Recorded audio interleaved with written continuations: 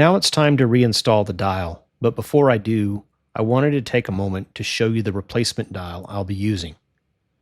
Now, when I was searching for a donor movement, I found one that came with a dial that closely matched the original dial from this watch. But as you can see, the donor dial is in much better condition than the one that came with the watch. Now, for some vintage watch collectors, changing the dial can be a controversial decision. But for me, this one was pretty easy.